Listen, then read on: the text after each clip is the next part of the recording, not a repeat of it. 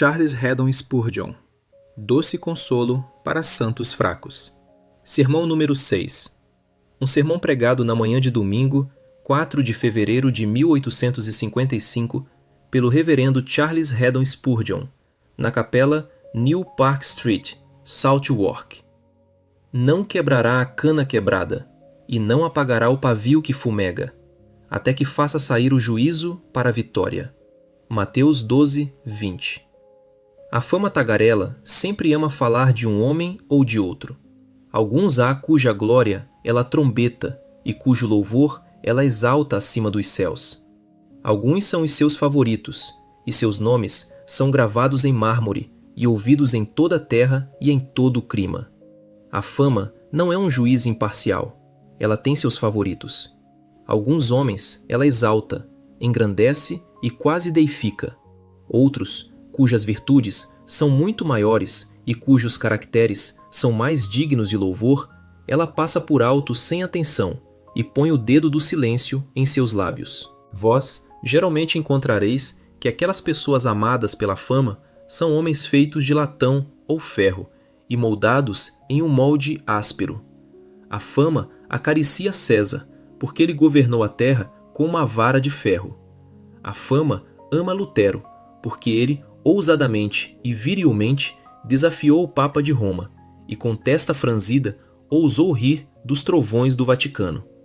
A fama admira Knox, pois ele foi severo e provou ser o mais valente dos valentes. Geralmente, vós a encontrareis escolhendo os homens de fogo e de têmpera, que ficaram diante de suas criaturas semelhantes sem temor delas, homens que foram feitos de coragem, que foram consolidados em blocos de destemor e nunca conheceram o que a timidez poderia ser. Mas vós sabeis que há outra classe de pessoas igualmente virtuosas e igualmente dignas de estima, talvez até mais, a quem a fama esquece inteiramente. Vós não a ouvis falar do gentil Melancton. Ela diz pouco dele. Contudo, ele fez tanto, talvez, na Reforma, quanto o poderoso Lutero. Vós não a ouvis falar muito do doce e bendito Rutherford e das palavras celestiais que destilaram de seus lábios, ou do arcebispo Leighton, de quem foi dito que ele nunca esteve fora de si em toda a sua vida. Ela ama os picos ásperos de granito, que desafiam a nuvem da tempestade. Ela não se importa com a pedra mais humilde no vale, sobre a qual o viajante cansado repousa. Ela quer algo ousado e proeminente, algo que corteja a popularidade, algo que se destaque diante do mundo. Ela não se importa com aqueles que se retiram na sombra. Por isso, meus irmãos, é que o bendito Jesus, nosso adorável Mestre, escapou da fama. Ninguém diz muito sobre Jesus, exceto os seus seguidores. Nós não encontramos o seu nome escrito entre os grandes e poderosos homens, embora, na verdade, ele seja o maior, mais poderoso, mais santo, mais puro e melhor dos homens que já viveram. Mas porque ele foi o gentil Jesus, manso e humilde, e foi enfaticamente o homem cujo reino não é deste mundo, porque ele não tinha nada de áspero nele, mas era todo amor, porque suas palavras eram mais suaves que manteiga, suas declarações mais gentis em seu fluxo que óleo, porque nunca homem algum falou tão gentilmente como este homem, por isso ele é negligenciado e esquecido. Ele não veio para ser um conquistador com sua espada, nem um Maomé com sua eloquência ardente, mas ele veio para falar com uma voz mansa e delicada, que derrete o coração rochoso, que liga os quebrantados de espírito e que continuamente diz: Vinde a mim, todos os que estáis cansados e oprimidos. Tomai sobre vós o meu jugo e aprendei de mim, porque sou manso e humilde de coração, e achareis descanso para as vossas almas. Jesus Cristo era toda mansidão, e por isso ele não foi exaltado entre os homens como de outra forma teria sido. Amados, nosso texto está cheio de mansidão. Parece ter sido mergulhado em amor, e espero poder mostrar-vos algo da imensa simpatia e do poderoso ternura de Jesus, enquanto tento falar a partir dele. Há 3 coisas a serem notadas. Primeiro, a fragilidade mortal. Segundo, a compaixão divina. E terceiro, o triunfo certo, até que faça sair o juízo para a vitória. Primeiro, temos diante de nós uma visão da fragilidade mortal, cana quebrada e pavio que fumega. 2 metáforas muito sugestivas e muito cheias de significado. Se não fosse demasiado fantasioso, e se for, sei que vós me desculpareis, eu diria que a cana quebrada é um emblema de um pecador no primeiro estágio de sua convicção. A obra do Espírito Santo de Deus começa com o quebrantamento. Para ser salvo, o terreno inculto deve ser arado, o coração duro deve ser quebrado, a rocha deve ser rachada em pedaços. Um velho divino diz que não há como ir ao céu sem passar bem perto das portas do inferno, sem grande dificuldade de alma e exercício de coração. Eu tomo, então, que a cana quebrada é um retrato do pobre pecador quando Deus primeiro começa sua operação sobre a alma. Ele é uma cana quebrada, quase inteiramente quebrada e consumida. Há pouca força nele. O pavio que fumega, eu concebo ser um cristão que voltou atrás, um que foi uma luz ardente e brilhante em seu dia, mas por negligência dos meios da graça, pela retirada do Espírito de Deus e caindo em pecado, sua luz quase se apagou. Não de todo, ela nunca pode se apagar, pois Cristo diz, não a apagarei, mas torna-se como uma lâmpada quando mal suprida de óleo, quase inútil. Não está totalmente extinta, ela fumega. Foi uma lâmpada útil uma vez, mas agora tornou-se como um pavio que fumega. Assim eu penso que estas metáforas muito provavelmente descrevem o pecador contrito como uma cana quebrada e o cristão que voltou atrás como o pavio que fumega. No entanto, eu não escolherei fazer tal divisão como essa, mas porei ambas as metáforas juntas e espero que possamos tirar alguns pensamentos delas. E primeiro, o encorajamento oferecido em nosso texto aplica-se aos fracos. O que há no mundo mais fraco do que a cana quebrada ou o pavio que fumega?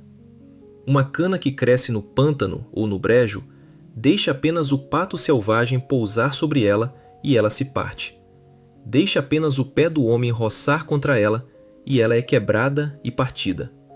Todo vento que vem uivando através do rio a faz balançar de um lado para o outro e quase a arranca pelas raízes. Vós podeis conceber nada mais frágil ou quebradiço, ou cuja existência depende mais das circunstâncias do que uma cana quebrada. Então olhai para o pavio que fumega. O que é isso? Tem uma centelha dentro dele, isso é verdade, mas ela está quase sufocada. O sopro de um infante poderia apagá-la, ou as lágrimas de uma donzela apagá-la no momento. Nada tem uma existência mais precária do que a pequena centelha escondida no pavio que fumega. Coisas fracas, vede, são aqui descritas. Bem, então, Cristo diz delas, o pavio que fumega não apagarei, a cana quebrada não quebrarei. Deixai-me ir em busca dos fracos. Ah, não terei de ir longe. Há muitos nesta casa de oração esta manhã que são de fato fracos. Alguns filhos de Deus, bendito seja o seu nome, são feitos fortes para fazer obras poderosas para Ele. Deus tem os seus Sansões aqui e ali, que podem arrancar os portões de Gaza e levá-los para o topo da colina. Ele tem aqui e ali os seus poderosos Gideões, que podem ir ao acampamento dos midianitas e derrubar os seus exércitos. Ele tem os seus homens poderosos, que podem ir ao fosso no inverno e matar os leões. Mas a maioria do seu povo é uma raça tímida e fraca. Eles são como os estorninhos, que se assustam com cada transeunte, um pequeno rebanho temeroso. Se a tentação vem, eles caem diante dela. Se a provação vem, eles são oprimidos por ela. Sua frágil esquife é dançada para cima e para baixo por cada onda, e quando o vento vem, eles são arrastados como um pássaro marinho na crista das ondas. Coisas fracas, sem força, sem vigor, sem poder, sem poder. Ah, queridos amigos, eu sei que peguei algumas de vossas mãos agora, e vossos corações também, pois vós estáis dizendo, fraco? Ah, isso eu sou. Muitas vezes sou compelido a dizer, Eu quisera, mas não posso cantar. Eu quisera, mas não posso orar. Eu quisera, mas não posso crer. Vós estáis dizendo que não podeis fazer nada. Vossas melhores resoluções são fracas e vãs. E quando clamais, renova a minha força, vós vos sentis mais fracos do que antes. Vós sois fracos. Sois? Canas quebradas e pavios que fumegam? Bendito seja Deus. Este texto é para vós então. Eu estou contente que vós possais entrar sob a denominação de fracos, pois aqui está uma promessa de que ele nunca os quebrará nem os apagará, mas os sustentará e os manterá em pé. Eu sei que há alguns muito fortes aqui. Quero dizer, fortes em suas próprias ideias. Eu frequentemente encontro pessoas que não confessariam tal fraqueza como esta. Elas são mentes fortes. Elas dizem: pensais que nós caímos em pecado, Senhor? Dizeis-nos que nossos corações são corruptos? Nós não cremos em tal coisa. Nós somos bons e puros e retos. Nós temos força e poder. A vós eu não estou pregando esta manhã. A vós eu não estou dizendo nada. Mas tomai cuidado. Vossa força é vaidade. Vosso poder é uma ilusão. Vosso poder é uma mentira. Pois, por mais que vos glorieis no que podeis fazer, isso passará. Quando vierdes ao verdadeiro combate com a morte, vós achareis que não tendes força para lutar com ela. Quando um destes dias de forte tentação vier, ele vos agarrará, homem moral, e para baixo vós ireis, e a gloriosa libré de vossa moralidade será tão manchada que, embora laveis vossas mãos em água de neve e vos torneis limpos, vós sereis tão poluídos que vossas próprias roupas vos abominarão. Eu penso que é uma coisa bendita ser fraco. O fraco é uma coisa sagrada. O Espírito Santo o fez tal. Podeis dizer: não tenho força? Então este texto é para vós. Em segundo lugar, as coisas mencionadas em nosso texto são não só fracas, mas coisas sem valor. Eu ouvi falar de um homem que pegaria um alfinete enquanto andava pela rua, por princípio de economia. Mas eu nunca ouvi falar de um homem que parasse para pegar canas quebradas. Elas não valem a pena ter. Quem se importaria em ter uma cana quebrada, um pedaço de junco jazendo no chão? Todos nós a desprezamos como sem valor. E pavio que fumega, qual é o valor disso? É uma coisa ofensiva e nociva, mas o valor dele é nada. Ninguém daria o estalo de um dedo, nem pela cana quebrada, nem pelo pavio que fumega. Bem, então, amados, em nossa estimação, há muitos de nós que são coisas sem valor.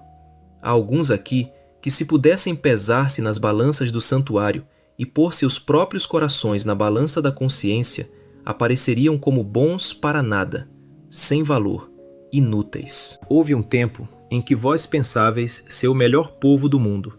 Quando, se alguém tivesse dito que tinhais mais do que merecieis, vós teríeis dado um pontapé e dito: eu creio que sou tão bom quanto outras pessoas. Vós pensáveis ser algo maravilhoso, extremamente dignos do amor e do respeito de Deus. Mas agora sentis-vos sem valor. Às vezes, imaginais que Deus mal pode saber onde estais. Vós sois uma criatura tão desprezível, tão sem valor, não digna de sua consideração. Vós podeis entender como ele pode olhar para um animalículo em uma gota de água, ou para um grão de pó no raio de sol, ou para um inseto da noite de verão. Mas vós mal podeis dizer como ele pode pensar em vós. Vós pareceis tão sem valor, um vazio morto no mundo, uma coisa inútil. Vós dizeis: de que bem sou eu? Eu não estou fazendo nada. Quanto a um ministro do Evangelho, ele é de algum serviço. Quanto a um diácono da igreja, ele é de alguma utilidade. Quanto a um professor da escola dominical, ele está fazendo algum bem. Mas de que serviço sou eu? Mas vós poderíeis fazer a mesma pergunta aqui. De que uso é uma cana quebrada? Pode um homem apoiar-se nela? Pode um homem fortalecer-se com ela? Será ela uma coluna em minha casa? Podeis amarrá-la nas flautas de Pan e fazer música vir de uma cana quebrada? Ah, não! ela não tem serviço algum. E de que uso é o pavio que fumega? O viajante da meia-noite não pode ser iluminado por ele. O estudante não pode ler pela chama dele. Ele não tem uso. Os homens o lançam no fogo e o consomem. Ah, é assim que vós falais de vós mesmos. Vós sois bons para nada. Assim são estas coisas. Mas Cristo não vos lançará fora porque sois sem valor. Vós não sabeis de que uso podereis ser, e não podeis dizer como Jesus Cristo vos valoriza afinal. Há uma boa mulher ali, uma mãe talvez. Ela diz: bem, eu não saio muitas vezes. Eu cuido da casa com meus filhos e pareço não estar fazendo nenhum bem. Mãe, não digais isso. Vossa posição é alta, elevada, responsável, e ao educar filhos para o Senhor, vós estáis fazendo tanto pelo seu nome, quanto o eloquente Apolo, que tão valentemente pregou a palavra. E vós, pobre homem, tudo que podeis fazer é trabalhar de manhã até a noite, e ganhar apenas o suficiente para viver dia a dia. Vós não tendes nada para dar, e quando ides à escola dominical, vós apenas podeis ler. Não podeis ensinar muito. Bem, mas a quem pouco é dado, pouco é requerido. Não sabeis que há tal coisa como glorificar a Deus varrendo o cruzamento da rua? Se 2 anjos fossem enviados à terra, um para governar um império e o outro para varrer uma rua, eles não teriam escolha no assunto, desde que Deus os ordenasse.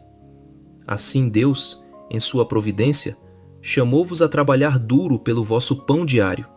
Fazei-o para a sua glória. Tudo quanto fizerdes, quer comais, quer bebais, fazei tudo para a glória de Deus. Mas eu sei que há alguns de vós aqui que parecem inúteis para a igreja. Vós fazeis tudo o que podeis, mas quando fizestes, não é nada. Vós não podeis ajudar-nos nem com dinheiro, nem com talentos, nem com tempo. E, portanto, pensais que Deus deve vos rejeitar. Pensais que se fosseis como Paulo ou Pedro, poderíeis estar seguros. Amados, não faleis assim. Jesus Cristo diz que ele não apagará o pavio que fumega, nem quebrará a cana quebrada. Ele tem algo para os inúteis e para os sem valor. Mas notai, eu não digo isto para desculpar a preguiça, para desculpar aqueles que podem fazer, mas não fazem. Isso é uma coisa muito diferente. Há um chicote para o asno, um açoite para os homens ociosos, e eles devem tê-lo às vezes. Eu estou falando agora daqueles que não podem fazer. Não de Issacar, que é como um asno forte, agachando-se entre 2 fardos e demasiado preguiçoso para se levantar com eles. Eu não digo nada pelo preguiçoso, que não lavrará por causa do frio, mas dos homens e mulheres que realmente sentem que podem ser de pouco serviço, que não podem fazer mais, e a tais as palavras do texto são aplicáveis. Agora faremos outra observação. As 2 coisas aqui mencionadas são coisas ofensivas. Uma cana quebrada é ofensiva, pois eu creio que há aqui uma alusão às flautas de Pan, que vós todos sabeis serem canas postas juntas, ao longo das quais um homem move sua boca, causando assim algum tipo de música. Este é o órgão, eu creio, que Jubal inventou e que Davi menciona, pois é certo que o órgão que usamos não estava então em uso. A cana quebrada, então, naturalmente estragaria a melodia de todas as flautas. Um tubo estragado deixaria o ar escapar tanto que produziria um som discordante, ou nenhum som, de modo que o impulso seria tirar o tubo e pôr o novo.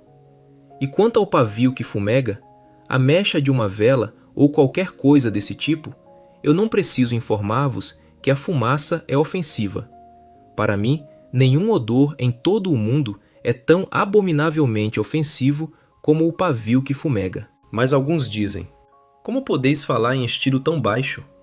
Eu não desci mais baixo do que eu mesmo poderia descer, nem mais baixo do que vós podeis descer comigo, pois eu estou certo de que vós sois, se Deus o Espírito Santo realmente vos humilhou, tão ofensivos para vossas próprias almas e tão ofensivos para Deus como uma cana quebrada estaria entre as flautas, ou como o pavio que fumega para os olhos e o nariz. Eu frequentemente penso no querido velho John Bunyan, quando ele disse que desejava que Deus o tivesse feito um sapo, ou uma cobra, ou qualquer coisa antes que um homem, pois ele sentia que era tão ofensivo. Oh, eu posso conceber um ninho de víboras, e penso que elas são nocivas. Eu posso imaginar uma poça de todo tipo de criaturas repugnantes, criando corrupção. Mas não há nada, nem metade tão digno de abominação como o coração humano. Deus poupa de todos os olhos, exceto dos seus próprios, aquele espetáculo terrível, o coração humano. E pudesseis vós e eu, mais uma vez, ver nosso coração, seríamos levados à loucura. Tão horrível seria o espetáculo. Sentis-vos assim? Sentis que deveis ser ofensivos aos olhos de Deus? Que vos rebelastes tanto contra Ele? Que vos desviastes tanto de seus mandamentos? Que certamente deveis ser nocivos a Ele? Se assim for, meu texto é vosso. Agora, eu posso imaginar alguma mulher aqui esta manhã que se desviou dos caminhos da virtude, e enquanto ela está de pé na multidão ali em cima, ou sentada, ela sente como se não tivesse direito de pisar estes pátios sagrados e ficar entre o povo de Deus. Ela pensa que Deus poderia quase fazer a capela desabar sobre ela para destruí-la. Ela é uma pecadora tão grande. Não importa, cana quebrada e pavio que fumega. Embora sejais o escárnio do homem e repugnantes para vós mesmos, ainda assim Jesus diz a vós: nem eu te condeno. Vai, e não peques mais, para que não te suceda coisa pior. Há algum homem aqui que tem algo em seu coração que eu não conheço, que pode ter cometido crimes em segredo que não mencionaremos em público. Seus pecados grudam nele como uma sanguessuga e roubam-lhe todo o conforto. Aqui estais, jovem, tremendo, para que vosso crime seja divulgado perante o alto céu. Estais abatido, quebrado como uma cana, fumegando como pavio. Ah, eu tenho uma palavra para vós também. Consolo, consolo, consolo. Não desesperes, pois Jesus diz que ele não apagará o pavio que fumega, ele não quebrará a cana quebrada. E contudo, meus queridos amigos, há um pensamento antes de me afastar deste ponto. Ambas estas coisas, por mais sem valor que possam ser, ainda podem ser de algum serviço. Quando Deus põe sua mão em um homem, se ele fosse sem valor e inútil antes, ele pode torná-lo muito valioso. Vós sabeis que o preço de um artigo não depende tanto do valor da matéria-prima quanto do trabalho posto nele.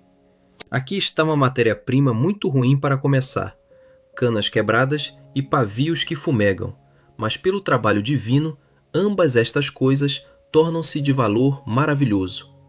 Vós me dizeis que a cana quebrada não serve para nada. Eu vos digo que Cristo tomará aquela cana quebrada e a consertará, e a encaixará nas flautas do céu. Então, quando a grande orquestra enviar sua música, quando os órgãos dos céus tocarem seus sons profundos, perguntaremos: que nota doce foi ouvida ali, misturando-se com o resto? E alguém dirá: foi uma cana quebrada. Ah, a voz de Maria Madalena no céu, eu imagino, soa mais doce e líquida que qualquer outra. E a voz daquele pobre ladrão que disse: Senhor, lembra-te de mim. Se for uma voz de baixo, profundo, é mais suave e mais doce que a voz de qualquer outro, porque ele amou muito, pois muito lhe foi perdoado. Esta cana ainda pode ser útil. Não digais que sois bons para nada, cantareis lá em cima, no céu ainda. Não digais que sois sem valor, por fim estareis diante do trono, entre a companhia lavada no sangue, e cantareis os louvores de Deus. Sim, e o pavio que fumega também? De que bem pode ser isso? Eu logo vos direi. Há uma centelha naquele pavio em algum lugar, é quase apagada, mas ainda resta uma centelha. Eis a pradaria em fogo. Vede as chamas vindo rolando? Vede corrente após corrente de fogo quente inundando a planície, até que todo o continente esteja queimado e chamuscado, até que o céu fique avermelhado com a chama?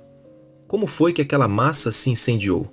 por um pedaço de pavio que fumegava deixado cair por algum viajante, abanado pelo vento suave, até que toda a pradaria pegasse fogo. Assim, um pobre homem, um homem ignorante, um homem fraco, até mesmo um homem que voltou atrás, pode ser o meio da conversão de toda uma nação. Quem sabe se vós, que nada sois agora, podereis ser de mais uso do que aqueles de nós que parecemos estar melhor diante de Deus, porque temos mais dons e talentos? Deus pode fazer uma centelha incendiar o mundo. Ele pode iluminar toda uma nação com a centelha de uma pobre alma que ora. Vós podereis ser úteis ainda. Portanto, tende bom ânimo. O musgo cresce sobre as lápides. A era agarra-se ao monte que se desfaz. O visco cresce no ramo morto. E assim a graça, e a piedade, e a virtude, e a santidade, e a bondade virão do pavio que fumega e das canas quebradas. 2. Assim então, meus queridos amigos, eu tentei descobrir as partes para quem este texto é destinado, e eu vos mostrei algo da fragilidade mortal. Agora, subo um degrau mais alto, para a compaixão divina. A cana quebrada, ele não quebrará. O pavio que fumega, ele não apagará. Notai o que é declarado primeiro, e então deixai-me dizer-vos que Jesus Cristo quer dizer muito mais do que diz. Primeiro, o que ele diz? Ele diz claramente o suficiente que ele não quebrará a cana quebrada. Há uma cana quebrada diante de mim, um pobre filho de Deus sob um profundo senso de pecado. Parece como se o chicote da lei nunca parasse. Ele continua, chicote, chicote, chicote, e embora digais, Senhor, para e dá-me um pouco de alívio, ainda desce o cruel chicote, chicote, chicote. Vós sentis vossos pecados. Ah, eu sei o que estais dizendo esta manhã. Se Deus continuar isso um pouco mais, meu coração se partirá. Eu perecerei em desespero. Eu estou quase distraído pelo meu pecado. Se eu me deito à noite, eu não posso dormir. Parece como se fantasmas estivessem no quarto, fantasmas de meus pecados. E quando acordo à meia-noite, eu vejo a forma negra da morte olhando para mim e dizendo: Tu és minha presa, eu te terei, enquanto o inferno atrás parece arder. Ah, pobre cana quebrada, ele não te quebrará. A convicção será demasiado forte, será grande o suficiente para te derreter e para te fazer ir aos pés de Jesus. Mas por ela não será forte o suficiente para quebrar teu coração de todo, de modo que morras. Tu nunca serás levado ao desespero, mas serás libertado. Tu sairás do fogo, pobre cana quebrada, e não serás quebrada. Assim, há um que voltou atrás aqui esta manhã. Ele é como o pavio que fumega. Anos atrás, vós encontrastes tal felicidade nos caminhos do Senhor, e tal deleite em seu serviço, que dissestes: ali eu ficaria para sempre. Que horas pacíficas então eu gozei. Quão doce ainda é sua memória. Mas elas deixaram um vazio doloroso. O mundo nunca pode encher. Vós estáis fumegando, e pensais que Deus vos apagará. Se eu fosse arminiano, eu vos diria que ele o faria. Mas sendo um crente na Bíblia e nada mais, eu vos digo que ele não vos apagará.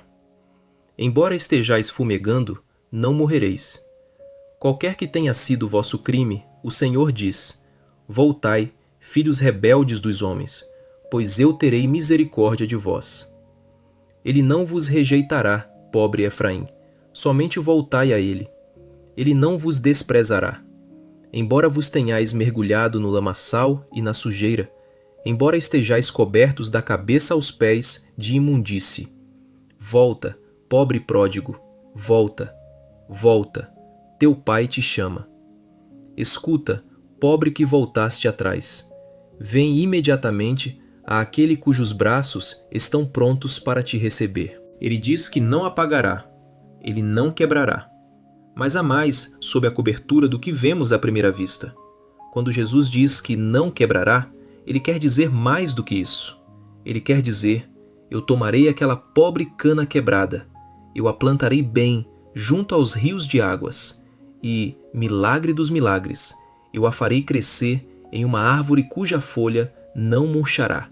Eu a regarei a cada momento. Eu a vigiarei. Haverá frutos celestiais nela. Eu guardarei dela as aves de rapina, mas as aves do céu, os doces cantores do paraíso, farão suas moradas nos ramos. Quando ele diz que não apagará o pavio que fumega, ele quer dizer mais do que isso. Ele quer dizer que o abanará até uma chama. Alguns de vós, eu ouso dizer, fostes para a casa da capela, e encontrastes que vosso fogo quase se apagara. Eu sei como lidais com ele. Soprais gentilmente na única centelha, se houver uma, e para que não sopreis demasiado forte, segurais vossos dedos diante dela. E se estivesseis sozinhos, e tivesseis apenas um fósforo ou uma centelha na isca, quão gentilmente sopraríeis. Assim que voltaste atrás, Jesus Cristo trata contigo. Ele não te apaga, ele sopra gentilmente. Ele diz: não te apagarei. Ele quer dizer: eu serei muito terno, muito cauteloso, muito cuidadoso. Ele porá material seco, de modo que em breve uma pequena centelha virá a uma chama, e se elevará para o céu, e grande será o fogo dela. Agora eu quero dizer uma ou duas coisas aos pequenos na festa amanhã. Os pequeninos filhos de Deus, que são aqui mencionados como canas quebradas ou pavios que fumegam, são tão seguros quanto os grandes santos de Deus. Eu desejo por um momento expandir este pensamento, e então terminarei com a outra cabeça. Estes santos de Deus, que são chamados canas quebradas e pavios que fumegam, são tão seguros quanto aqueles que são poderosos para o seu mestre e grandes em força, por várias razões. Primeiro de tudo, o pequeno santo é tão eleito de Deus quanto o grande santo.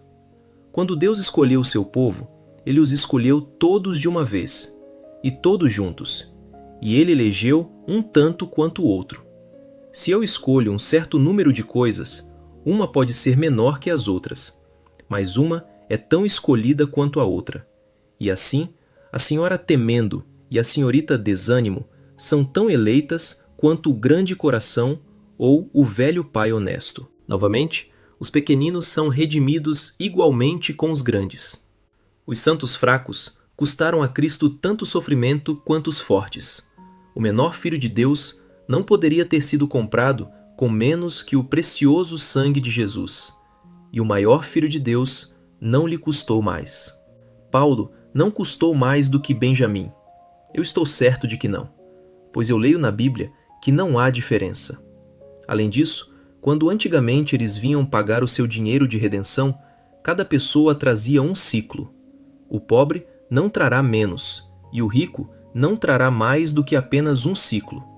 O mesmo preço foi pago pelo um que pelo outro. Agora então, pequeno filho de Deus, toma este pensamento para a tua alma. Vês alguns homens muito proeminentes na causa de Cristo, e é muito bom que sejam, mas eles não custaram a Jesus um centavo mais do que tu. Ele pagou o mesmo preço por ti que pagou por eles. Recorda novamente, tu és tão filho de Deus quanto o maior santo. Alguns de vós têm de 5 ou 6 filhos. Há um filho vosso, talvez, que é muito alto e bonito, e tem, além disso, dons de mente. E tendes outro filho, que é o menor da família. Talvez tenha pouco intelecto e entendimento. Mas qual é o mais vosso filho? O mais, dizeis. Ambos igualmente são meus filhos, certamente um tanto quanto o outro. E assim, queridos amigos, podeis ter muito pouco aprendizado, podeis ser muito escuros sobre coisas divinas, podeis apenas ver os homens como árvores andando. Mas sois tanto filhos de Deus, quanto aqueles que cresceram à estatura de homens em Cristo Jesus. Então lembrai, pobre santo provado, que sois tão justificado quanto qualquer outro filho de Deus. Eu sei que estou completamente justificado. O seu sangue e justiça minha beleza são, meu vestido glorioso. Eu não quero outras vestes, senão os feitos de Jesus, e sua justiça imputada. O mais ousado filho de Deus não quer mais, e eu que sou menos que o menor de todos os santos, posso me contentar com não menos, e não terei menos. Ó pronto para desfalecer, Tu és tão justificado quanto Paulo, Pedro, João Batista ou o mais elevado santo no céu. Não há diferença nisso. Ó, toma coragem e regozija-te. Então, uma coisa a mais. Se tu fosses perdido, a honra de Deus seria tão manchada quanto se o maior fosse perdido. Uma coisa estranha que eu uma vez li em um velho livro sobre os filhos e o povo de Deus sendo parte de Cristo e em união com Ele. O escritor diz: um pai senta-se em seu quarto e entra um estranho. O estranho toma uma criança sobre seu joelho e a criança tem um dedo ferido, de modo que ele diz: meu filho, tens um dedo ferido. Sim. Bem, deixa-me tirá-lo e dar-te um de ouro. A criança olha para ele e diz: eu não irei mais àquele homem, pois ele fala de tirar meu dedo. Eu amo meu próprio dedo, e não terei um de ouro em vez dele. Assim, o santo diz: eu sou um dos membros de Cristo, mas sou como um dedo ferido, e ele o tirará e porá um de ouro. Não, disse Cristo, não, eu não posso ter nenhum dos meus membros tirados. Se o dedo é um ferido, eu o ligarei, eu o fortalecerei. Cristo não pode permitir uma palavra sobre cortar seus membros. Se Cristo perdesse um de seu povo, ele não seria mais um Cristo inteiro. Se o mais humilde dos seus filhos pudesse ser rejeitado, Cristo careceria de uma parte de sua plenitude. Sim, Cristo seria incompleto sem sua igreja. Se um dos seus filhos devesse ser perdido, seria melhor que fosse um grande do que um pequeno. Se um pequeno fosse perdido, Satanás diria: ah, tu salvas os grandes, porque eles tinham força e podiam ajudar-se a si mesmos. Mas o pequeno que não tem força, tu não pudeste salvá-lo. Vós sabeis o que Satanás diria. Mas Deus fecharia a boca de Satanás, proclamando: eles estão todos aqui, Satanás. Apesar de tua malícia, eles estão todos aqui. Cada um está seguro. Agora deita-te em tua cova para sempre, e fica eternamente acorrentado, e fuma no fogo. Assim, ele sofrerá tormento eterno, mas nenhum filho de Deus jamais o fará. Um pensamento mais, e eu terei terminado com esta cabeça. A salvação dos grandes santos muitas vezes depende da salvação dos pequeninos. Entendeis isso? Vós sabeis que minha salvação, ou a salvação de qualquer filho de Deus, olhando para causas secundárias, depende muito da conversão de alguém. Suponhamos que vossa mãe seja o meio de vossa conversão. Vós diríeis, falando segundo o modo dos homens, que vossa conversão dependia da dela, pois seu ser convertida a tornou o instrumento de vos trazer. Suponhamos que tal e tal ministro seja o meio de vosso chamado. Então vossa conversão, em algum sentido, embora não absolutamente, depende da dele. Assim acontece muitas vezes que a salvação dos mais poderosos servos de Deus depende da conversão dos pequeninos. Há uma pobre mãe, ninguém sabe nada sobre ela. Ela vai à casa de Deus. Seu nome não está nos jornais, nem em lugar algum. Ela ensina seu filho e o cria no temor de Deus. Ela ora por aquele menino. Ela luta com Deus, e suas lágrimas e orações se misturam. O menino cresce. O que é ele? Um missionário, um William Knibb, um Moffat, um Williams. Mas vós não ouvis nada sobre a mãe. Ah, mas se a mãe não tivesse sido salva, onde estaria o menino? Deixai que isto anime os pequeninos, e que vos regozijeis, que ele vos nutrirá e vos acariciará, embora sejais como canas quebradas e pavios que fumegam. Terceiro, agora, para terminar, há um triunfo certo, até que faça sair o juízo para a vitória. Vitória! Há algo belo nessa palavra. A morte de Sir John Moore na Guerra Peninsular foi muito tocante. Ele caiu nos braços do triunfo, e por mais triste que fosse seu destino, não duvido que seu olho se acendeu com brilho pelo grito de vitória. Assim também, eu suponho, que Wolfe falou uma verdade quando disse: eu morro feliz, tendo acabado de ouvir o grito: eles fogem, eles fogem. Eu sei que a vitória mesmo nesse mau sentido, pois eu não olho para vitórias terrenas como de algum valor, deve ter animado o guerreiro. Mas ó, quão animado o santo quando sabe que a vitória é sua.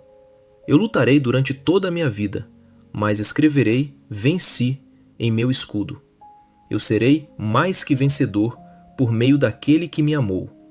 Cada santo fraco ganhará o dia, cada homem em suas muletas, cada coxo, cada um cheio de enfermidade, tristeza, doença e fraqueza, ganhará a vitória. Eles virão cantando a Sião, tanto o cego e o coxo e o manco e a mulher grávida juntos. Assim diz a Escritura: nenhum será deixado de fora, mas ele fará sair o juízo para a vitória. Vitória, vitória, vitória. Esta é a sorte de cada cristão. Ele triunfará pelo nome de seu querido Redentor. Agora uma palavra sobre esta vitória. Eu falo primeiro aos homens e mulheres idosos. Queridos irmãos e irmãs, vós sois frequentemente, eu sei, como a cana quebrada. Os eventos vindouros lançam suas sombras antes deles, e a morte lança a sombra da velhice sobre vós. Vós sentis o gafanhoto ser um peso. Vós vos sentis cheios de fraqueza e decadência. Vosso corpo mal pode se manter unido. Ah, vós tendes aqui uma promessa especial. A cana quebrada eu não quebrarei. Eu te fortalecerei. Quando o teu coração e a tua carne desfalecerem, eu serei a força do teu coração e a tua porção para sempre. Mesmo até a velhice, todo o meu povo provará meu amor soberano, eterno, imutável.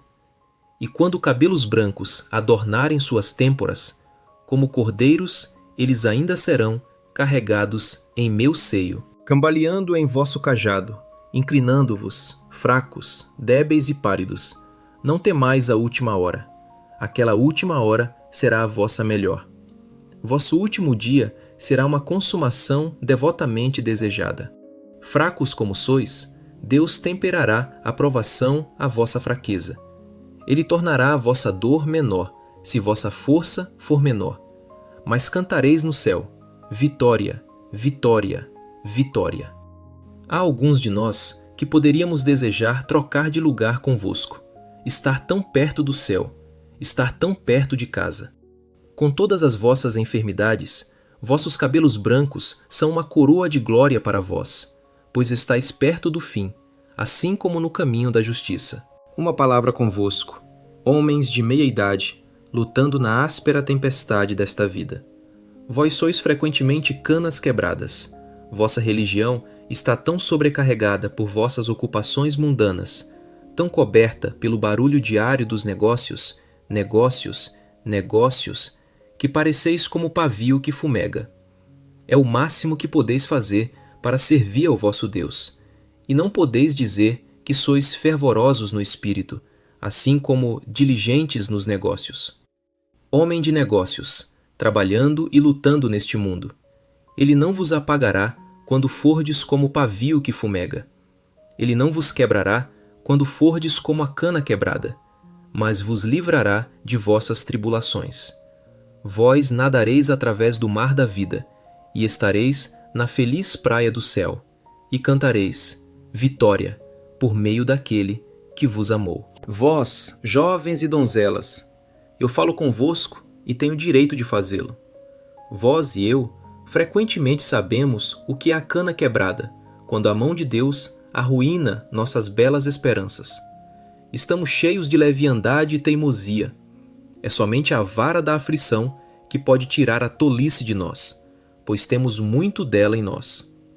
Caminhos escorregadios são os caminhos dos jovens, e caminhos perigosos são os caminhos dos jovens. Mas Deus não nos quebrará, nem nos destruirá.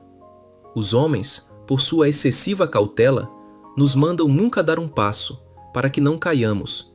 Mas Deus nos manda ir, e faz nossos pés como pés de serva, para que possamos pisar em lugares altos. Servi a Deus em vossos primeiros dias. Dai vossos corações a Ele, e então Ele nunca vos rejeitará, mas vos nutrirá e vos acariciará. Deixai-me não terminar sem dizer uma palavra às criancinhas. Vós que ouvistes falar de Jesus, Ele diz a vós: a cana quebrada eu não quebrarei, o pavio que fumega eu não apagarei. Eu creio que há muitas criancinhas tagarelas, não de 6 anos, que conhecem o Salvador. Eu nunca desprezo a piedade infantil. Eu a amo. Eu ouvi criancinhas falar de mistérios que homens de cabeça grisalha não conheceram. Ah, criancinhas, que fostes criadas em escolas dominicais e amais o nome do Salvador, se outros disserem que sois demasiado avançadas, não temais, amai a Cristo ainda. Gentil Jesus, manso e humilde, ainda olhará para uma criança. Tem piedade de tua simplicidade, e sofre-te vir a ele. Ele não vos rejeitará, pois o pavio que fumega, ele não apagará, e a cana quebrada, ele não quebrará. Tomado do The Metropolitan Tabernacle Pulpit, C.H. Spurgeon Collection. Apenas mudanças necessárias foram feitas, como correção de erros de ortografia, alguns usos de pontuação, capitalização de pronomes da divindade e atualização mínima de algumas palavras arcaicas. O conteúdo é integral.